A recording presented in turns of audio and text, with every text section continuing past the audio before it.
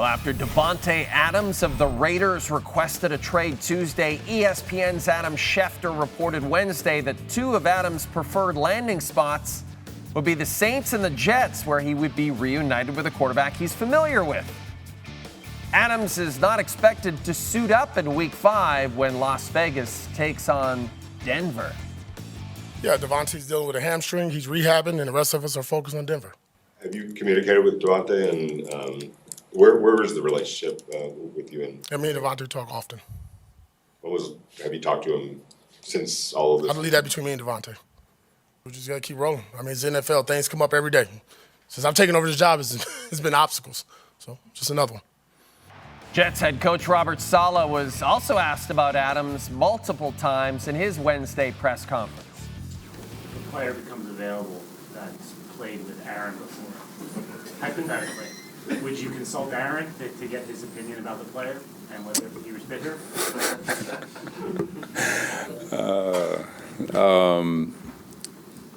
We're going to focus on the guys that are here.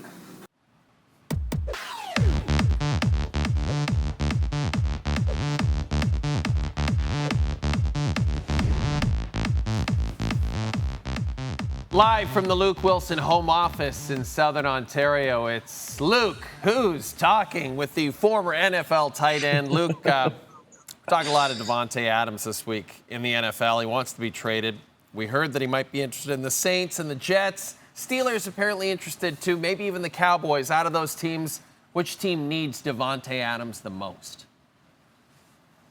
You know, Jay, to me, it's the Jets because I think that out of those teams, they're probably the most complete.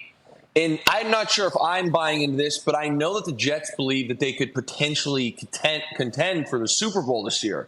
And you look at last week's loss to Denver, and to me, if you have Davante Adams in the fold, that doesn't happen. And the reason I say that is because Aaron Rodgers plays the position of quarterback where he needs extreme trust in his guys. And that's why he's brought guys from Green Bay to New York. You know, I think of Randall Cobb a couple years ago. Obviously, Allen Lazard is still there. And Aaron plays the game in a very unique way. He obviously has a play call in the huddle, but oftentimes he'll come up and he'll adjust routes, sometimes entire concepts, based on what the defense is presenting to him. And then he'll throw the ball with pinpoint accuracy. I want to bring NFL fans back and think of Jordy Nelson and the back shoulder fades. Obviously, those are tremendous throws, but if Jordy's not on the same page, then that's not going to be a completion. And what I think has happened here is that teams have basically bracketed or doubled Garrett Wilson, and he's really been stuck throwing to other guys that he doesn't have that chemistry or that faith in just yet. I think of Mike Williams, it's developing. Obviously, Lazard is a bit older, and the tight ends have been very hit or miss. You add Davante Adams into the fold, and now all of a sudden you've got a guy that he knows better than anybody. He's going to have a ton of faith thrown into him. And you can't bracket Garrett Wilson because he's going to pick you apart with Davante all day. If the Jets really consider themselves contenders, go out there and get Davante Adams, make this happen, sit back and let Aaron cook. Okay, Bills. How quickly things have changed, Luke Willson. You're taking on Stephon Diggs and the Texans in Houston this weekend. You're coming off a game in which you put up just 10 points against the Baltimore Ravens.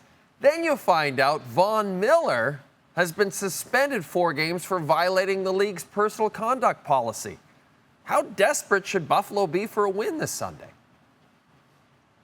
Honestly, Jay, not that desperate. You know, if we can take a step back here and really evaluate the Bills. And you know, Jay, I love to be tough on the Bills. But right now, they've played some good football minus last week. This Texans team is not as good as the Ravens. The Ravens right now are, in my opinion, the hottest team, especially after the last 2 weeks that they've played. Also, that defense for the Ravens is a very, very physical front. I'm not saying the Texans have a weak defense. I think it's pretty good, but it's not the same in my opinion. So to me, it's just about getting back on track. We've seen what Buffalo can do. You kind of got their test last week. They got punched in the mouth. Take the adversity, believe in themselves, have some faith, and go out here and play a great ball game. If things don't fall their way or they lose by, a couple points, but they play a very sound, fundamental football game, there's no moral victories, but this is a moral victory for them. Again, I do expect them to win here, Jay, but I guess what I'm saying is get back on track. You're still in the lead in this division. Outside of the Jets, the other two teams have some extreme issues, talking about the Patriots and the Dolphins. I don't think it's a must-win. I think it's let's just kind of right the ship from last week's, like I said, punch in the mouth. Yeah, it was definitely that. You took some criticism, and listen, you can stand in that kitchen and take that heat all day. You're fine with the criticism, but you took a lot of criticism from Lions fans for what you had to say after they beat Seattle on Monday night. You feel like maybe you've been taken out of context for that criticism. Would you like to? You've got the floor now, my friend. This is your part of the show. I like that. You ready to clarify? Clarify what you meant. I am, Jay. I am, because I leave the show, Monday night, and I'm driving home, and I'm getting smoked online. Smoked. I mean, this guy's a clown. Profanity. Guys telling me that actually you hate me, Jay. I'm like, I actually think me and Jay have a pretty good relationship. I'm not sure where that's coming from. Anyways, I'm like, what is going on here? I didn't even think I was that tough on the Lions. I thought my point was, a pretty standard point here. And let's go back to the game and the trick play that made me want to pull my hair out. And I equate it to a baseball game. Imagine, Jay, if you have a pitcher throwing a perfect game. He's just locked in. Choo. And the catcher calls a knuckleball. Why? Why is my question? And it was funny because I'm scratching my head. I'm getting smoked. And I go to a guy, a very good friend of mine. His name is Phil Galifi. He loves two things. He loves the Lions, and he loves Jay Onrait. He's been watching it since you were a kid. Phil. And I said to Phil, who's the second biggest Lion fan that I know, I said, Phil, am I missing something here? I picked this team as my number 2 ranked team in the league coming into the season. I said on the show numerous times, I think they're Super Bowl contenders. Offensively, I mean, it's an absolute juggernaut, and I would put their offense up with anyone in the NFL. And that's potentially the best. We can have that argument. So I'm like, what's going on? And you know what Phil said to me, which really hit home, because I was a former Lion fan. He said, Luke, you're 100% right. He goes, I think of the fake punt that worked against the Bucs when we were in our own territory. It looked great, but when we do this against them in the playoffs and it's botched the one time, we're burned and we're going to get knocked out of the playoffs. He said the Lions fans' problem right now is that we've never been great. And everyone is telling us, you're a great team. You're a great team. And the moment someone now criticizes us, we go off the rocker. And I said, Phil, I respect that, but we got to graduate as fans here too. Detroit Lions fans, you are a juggernaut in this league. You have either 1A or 1B offense in the NFL in a league that they want to be an offensive league. You have a legitimate chance to win the Super Bowl, in my opinion. My issue right now is the coaching decisions. I don't think you need the trick plays. I think it's too risky, even if they work. The one time it doesn't and you get burned, it's going to cost you. You've lost a game this year where your head coach came in afterwards and said, that's on me. We had coaching blunders.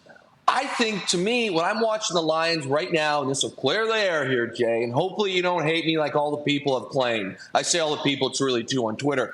Okay, is that if the coaches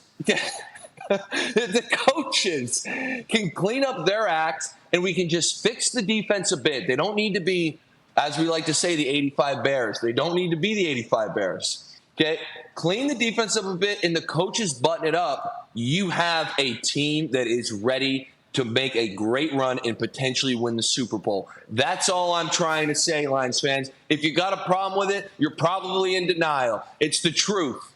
It's the truth of the situation. This is a guy who grew up a Lions fan. Like, Lions fans, if you can't listen to Luke, who can you listen to? And for the record, we get along Jay, great. can I say one more thing, a personal story Let's hear it. Okay, and just going on trick plays. I remember playing the Atlanta Falcons, and I bet your guy Hound Dog can probably remember this play as well. And all week they said, Luke, we're going to run a fake field goal to you. It's 100%er. They've never shown this on film. We get down. It was the last play of the first half. We call a timeout. Pete says to me, hey, we're running the fake. If you get tackled, the half's over. And we were probably 35 yards out.